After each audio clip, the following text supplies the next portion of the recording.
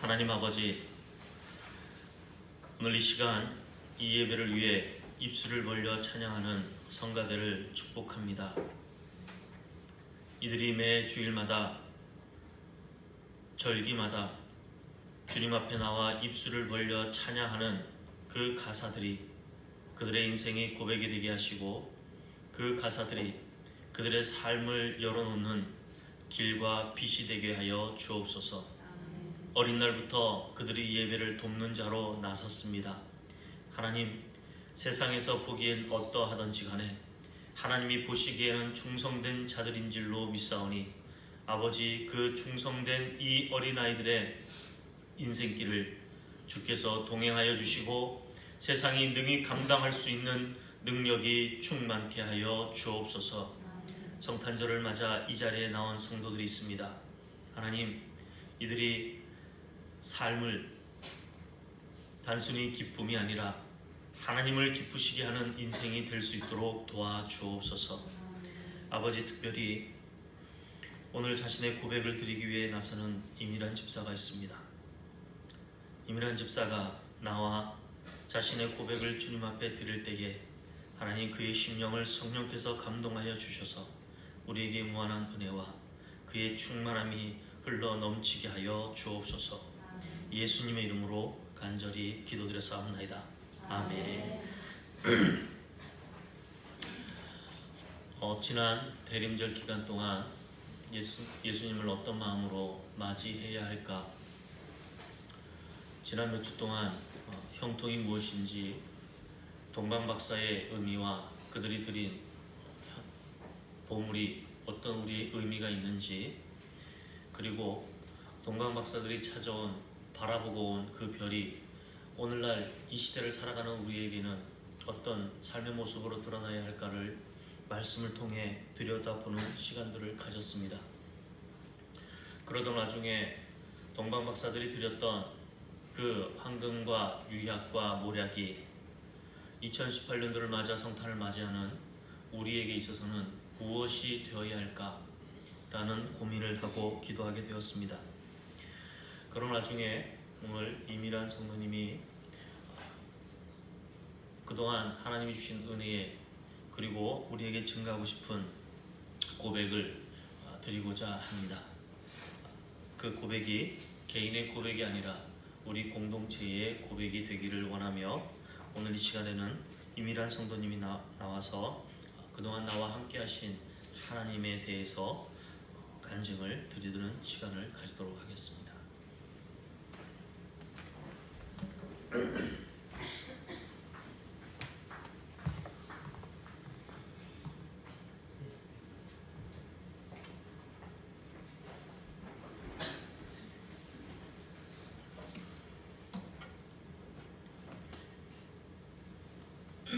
반갑습니다.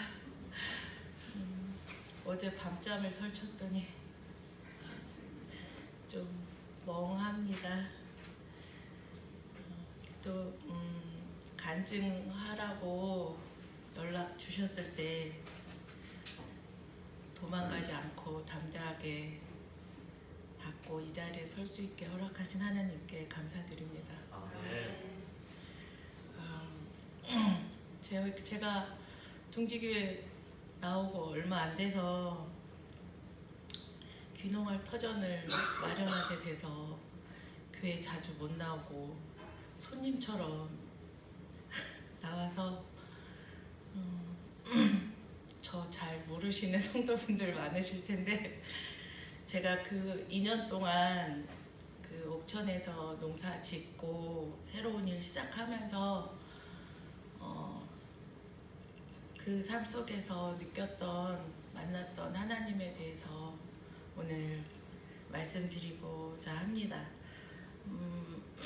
원래 제가 신앙생활 시작하고 항상 제 기도 제목 첫 번째는 남편과 함께 예배를 드리는 거였는데, 둥지교회 나오게 되면서부터 남편과 함께 예배를 드릴 수 있는, 그러니까 제 오랜 기도가 이루어져서 너무 감사했어요.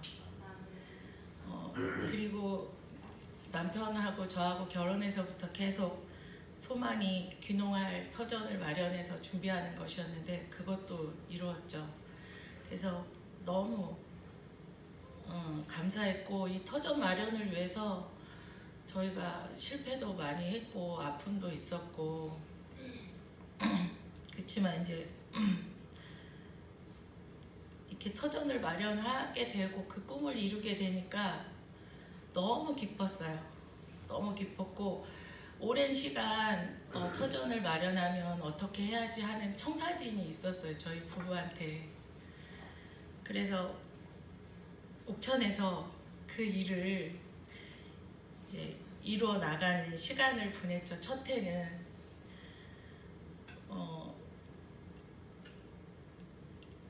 남편하고 저하고 생각하고 계획했던 일들을 진행을 해 나가는데 계속 생각지도 못한 어려움에 자꾸 부딪히게 되더라고요. 준비가 굉장히 오랫도록 준비를 하고 경험도 많아서 괜찮을 거라 생각했는데, 그리고 또 충분히 생각하고 계산하고 일을 진행한다고 생각했는데 그게 계속 어긋나는 거예요. 그래서 그게 계속 어긋나면서 자꾸 누굴 원망하게 되고 마음속에 화가 생기는 거예요. 내 뜻대로 일이 이루어지지 않으니까 계속 누군가 원망하게 되고 화가 나고 뭔가 내 화풀이의 대상을 찾게 되고, 그래서 심령이 너무 강팍해지면서 감사가 없는 삶을 살고 있는 거예요, 제가. 근데 그걸 몰랐어요. 그냥 나는 너무 열심히 하고 있고 최선을 다하고 있는데 일이 돼가지 않으니까, 계속 일이 엉키고 꼬이고 풀리지 않으니까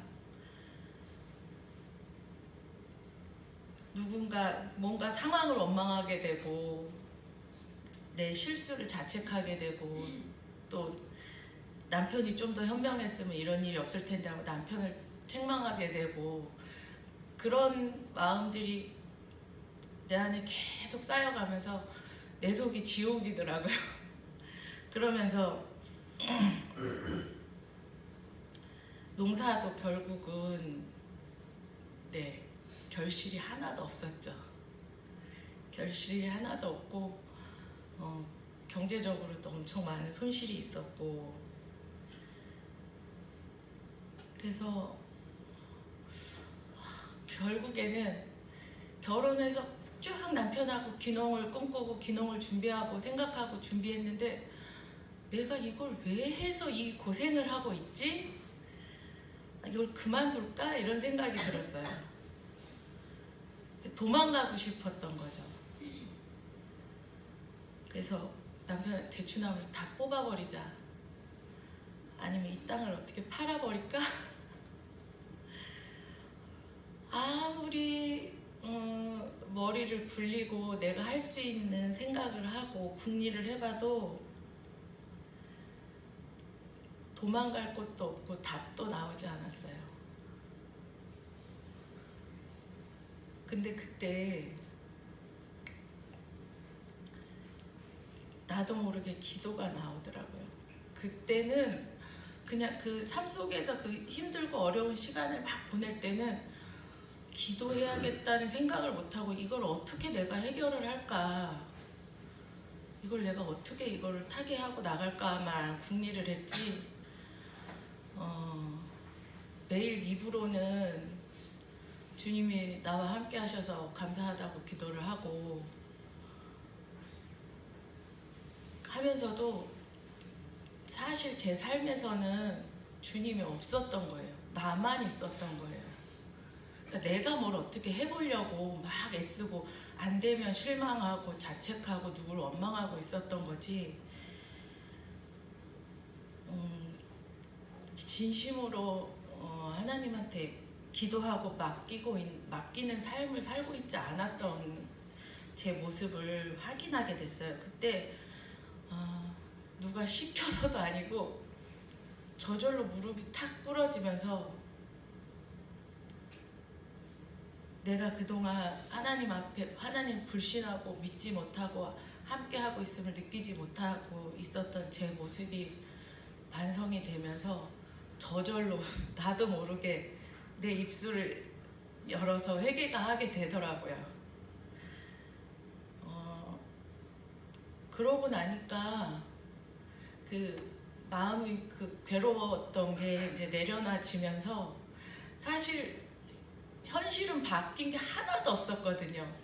그대로였거든요. 막막했고 준비 자금도 다 떨어져서 돈도 없었고 어떻게 이 농사를 어떻게 해야 될까 저는 사실 막막했었거든요.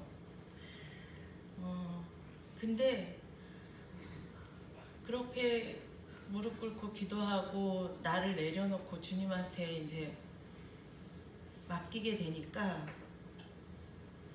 그 괴로웠던 마음이 평안해지면서 담대함이 오더라고요.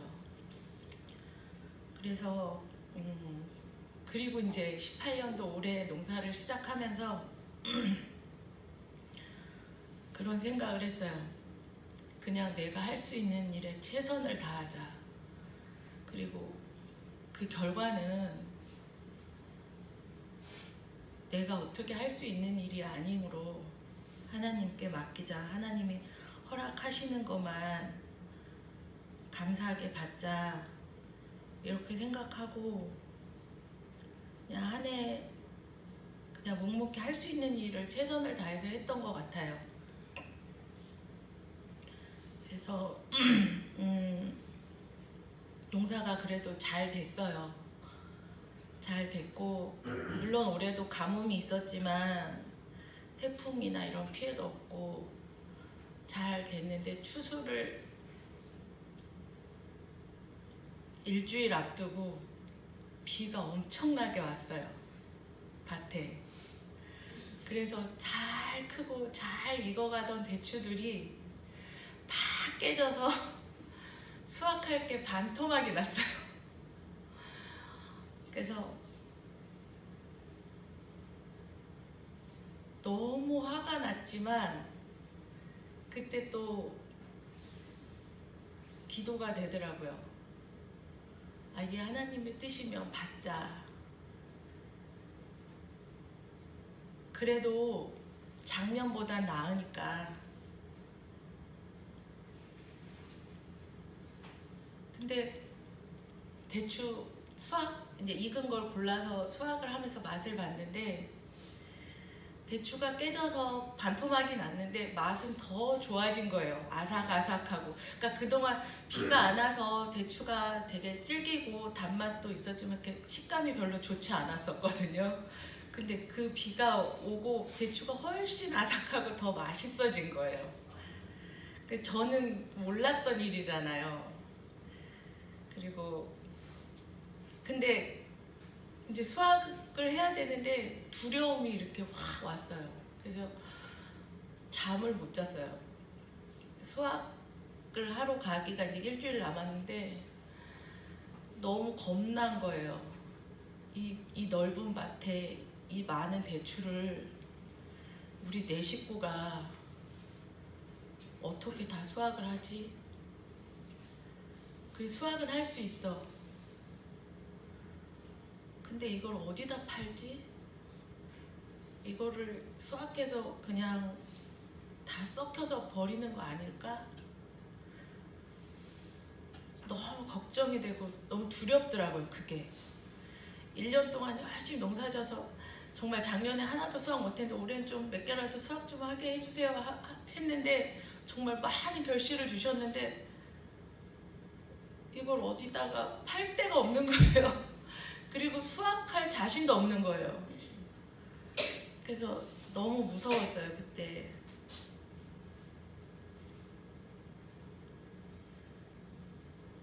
그때 또 조용히 묵상하면서 그래, 네가 할 수 있는 최선을 다해라. 나머지는 하나님께서 해주실 거다 하고 수학을 시작을 했죠. 근데 팔 데가 없었는데 수확을 해서 갖고 올라오면 그냥 팔리는 거예요.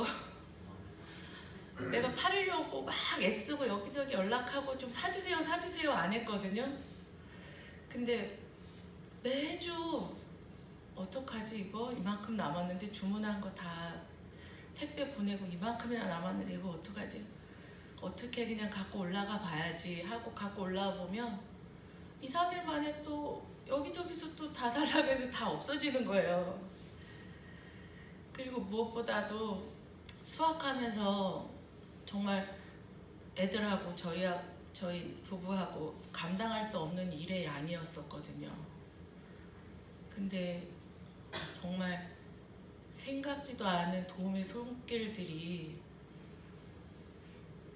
실례로 그 한글날 대추가 막 익으니까 주중에 중간에 내려가서 따지 않으면 다 떨어질 판이었어요. 그래서 주말에 갔다 오고 월요일날 하루 쉬고 화요일날인가 수요일이 한글날이었나 그랬거든요. 그래서 그냥 하루라도 당일치기라도 가서 할 수 있는 만큼만 수학을 해갖고 오자, 다 버릴 수는 없으니까 하고 있는데, 내려가기 전날 시숙님 평소에 잘 연락 안 하고 살거든요. 시숙님이 갑자기 전화하셔가지고 도와주러 오시겠다고. 그래서 이제 시숙님 혼자 오시니까 네 그러세요 했어요. 근데 당일날 새벽에 내가 일꾼들 데리고 내려간다 이러시는 거예요. 근데 정말 시숙님 교회 성도님들 부부 이렇게 모시고 오셔가지고 일을 너무 열심히 주말 이틀 꼬박 해도 못할 양을 그분들이 함께 하셔가지고 그냥 일을 다 하고 끝내고 돌아올 수 있게 됐어요. 그리고 정말 생각지도 않은 친구 부부들, 신호 가족들 내려와서 정말 너무 내일처럼 열심히 일을 도와주고 가셔서 수확하는데 정말 어려움이 없었어요. 뭐 그 두려움이, 그러니까 이런 일을 경험하면서 날마다 너무 감사하다. 나도 모르게 매 순간순간 정말 하나님 감사합니다가 그냥 저절로 막 내 입에서 터져 나오는 거예요.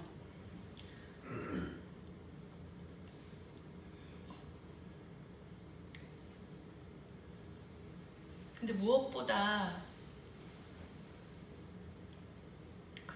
감사드리고 싶은 건 10월달 한 달 동안 남편하고 저하고 직장 생활하고 주말에는 자 금요일날 저녁에 내려가서 일요일날 12시 새벽 1시에 집에 들어올 정도고, 그 다음날 또 바로 출근을 하고 정말 숨 쉴 틈도 없이 너무 바쁘고 힘든 시간을 보냈는데, 너무 감사한 게 그 10월 한 달 동안 아프지 않았어요. 건강을 책임져 주셨어요. 정말 평소 같았으면 그렇게 고되게 일을 하고 나면 아파서 하루 이틀은 알아 누웠을 텐데, 정말 거짓말같이 한 달 동안 아프지 않았어요. 지치지 않았어요. 그래서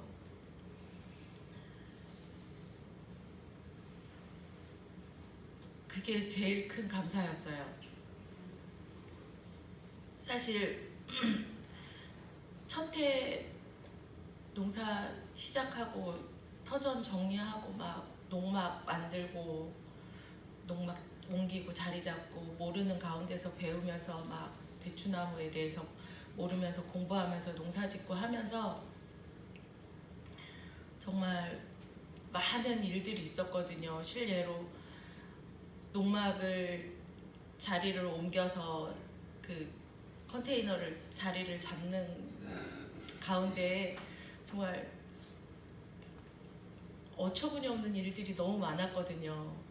그러니까 컨테이너 장비를 불러서 컨테이너를 옮기는데 자리를 잘못 잡아서 균형이 맞지 않아가지고 그거를 다시 남편하고 둘이 그거를 어떻게 해보려고 하다가 컨테이너가 주저앉았어요. 그래서 다칠 뻔도 하고 되게 위험한 상황이었죠. 그러면서 계획에 없던 지출을 되게 많이 했어요. 그래서 너무 속상했었거든요. 근데 시간이 지나고 오래 보니까 컨테이너가 주저앉아서 장비를 다시 불러서 컨테이너를 앞으로 다시 어떻게 할 수 없으니까 앞으로 빼서 자리를 잡으면서 우리가 그때 계산하고 생각하지 못했던 뒤에 창고를 만들 자리가 마련이 됐던 거예요. 그러니까 그런 것들도 있었고, 또 그냥 저희가 그 마을에 내려가서 얼른 그 마을에 자리를 잡고 뿌리를 내리려고 이렇게 사람들을 만나고 다녔는데, 그분들이 또 저희들에게 큰 도움이 되고 어려울 때 도와주시고 조언도 해주시고 가르침도 주시고. 그래서 사실은 그 사람들하고 이렇게 관계를 만드는 게 내 이익을 위해서 만들어 놓은 관계였었거든요. 빨리 자리를 잡고 정말 그 사람들의 도움을 그러니까 어떤 정착하는 데 도움을 받고 하려고, 진심보다는 솔직히 말하면 내 이익을 위한 관계였었는데,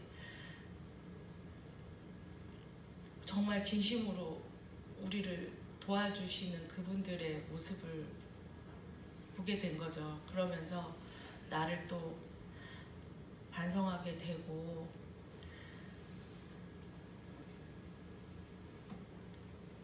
그러면서 그런 걸 느끼는 순간순간마다 저절로 무릎이 꿇어지면서 기도가 하게 되더라고요. 그래서 그러니까 저는 그렇거든요. 저는 그런 착각에 잘 빠지거든요. 이렇게 살면서 내가 뭘 이루고 내가 뭘 성취하고 그러면 내가 노력하고 내가 잘나서 내가 잘해서 이런 걸 이루었다고 생각하고 이렇게 어깨도 으쓱하고 자만심도 생기고 하거든요. 근데 이런 시간을 보내면서 정말 내가 생각하지도 못하고 내가 알지도 못하는 부분에서 나보다 나와 함께 하시는 주님이 더 많은 일을 하고 계셨구나, 그런 걸 정말 가슴 깊이 느끼게 됐어요.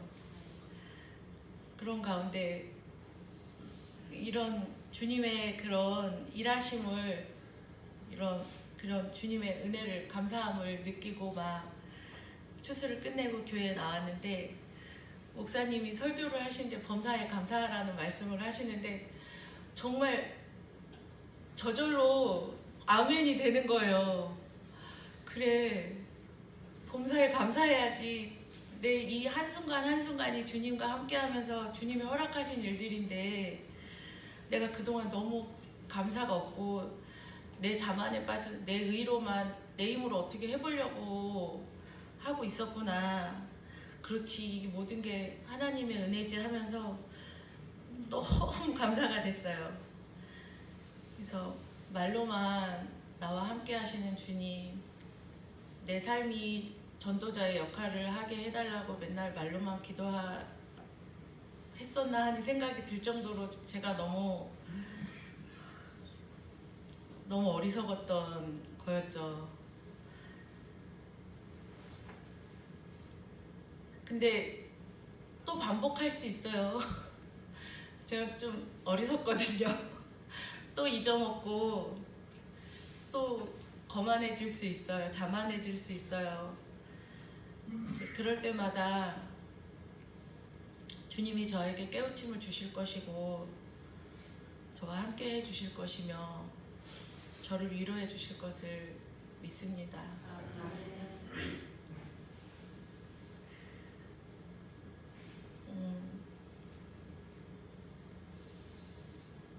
어떻게 마무리를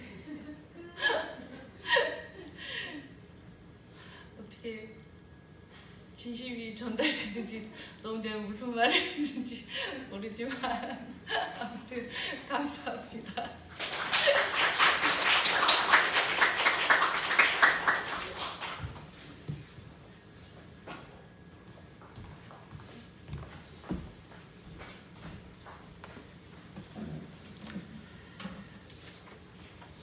이번 간증을 통해서 우리의 삶을 또 한 같이 돌아보는 시간이 되었기를 바랍니다.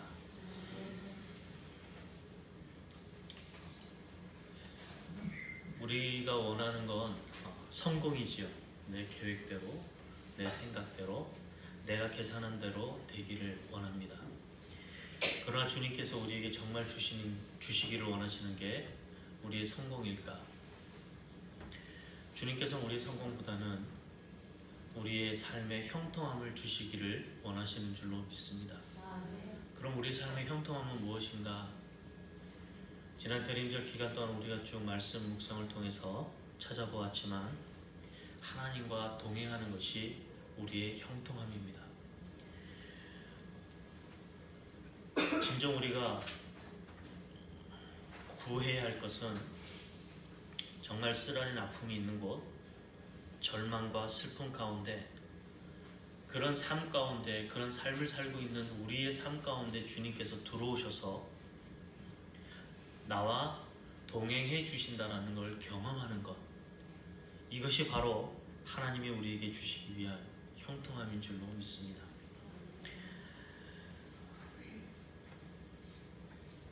주님은 우리의 슬픔이나 고통이나 외로움, 절망, 이것을 우리 삶 속에서 다 제거해 주시지 않습니다.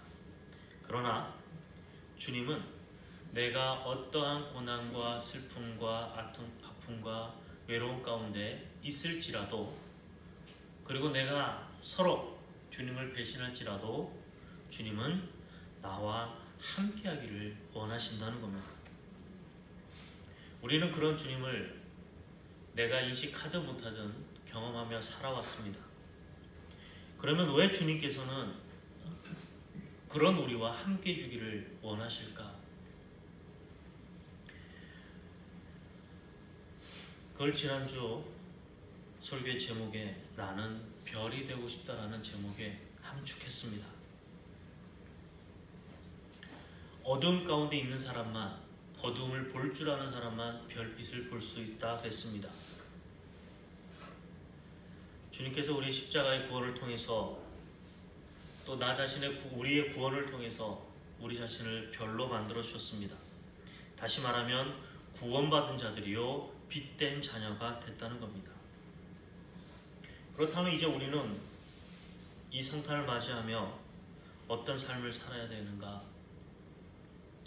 주님께서 나의 구원자요 별이 되어 주셨듯이 나도 누군가의 별이 되어 주어야 한다는 겁니다. 그 나를 바라보는 그 누군가를 주님께 인도할 수 있는 별이 되어야 한다는 겁니다.